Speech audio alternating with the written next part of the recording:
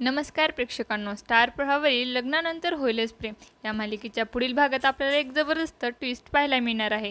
काव्य आणि पार्थ आता एकमेकांसोबत आनंदात वेळ घालवत असतात। एके दिवशी काव्य पार्थला म्हणते, आपण हे 6 महिने एकमेकांसोबत आनंदाने घालवूया। जरी चांगले पती पत्नी नाही बनू शकलो तरी चांगले मित्र नक्कीच होऊ शकतो। पार्थही या गोष्टीला सहमती देतो। त्यानंतर पार्थ म्हणतो, मग चला आपण एक छोटा टूर करूया, नवरा बायको म्हणून नाही तर मित्र म्हणून करूया।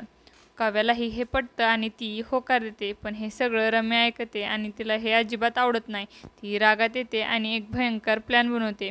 काव्य या ट्रिपवर गेल्यावर परत आलीच नाही पाहिजे।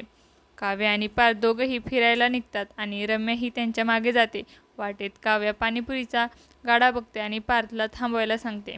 पार्थ रस्ता ओलांडताना असताना रम्या तिच्या माणसाला इशारा करते। एक ट्रक जोरात येत असतो आणि काव्य ट्रकच्या वाटेत असते।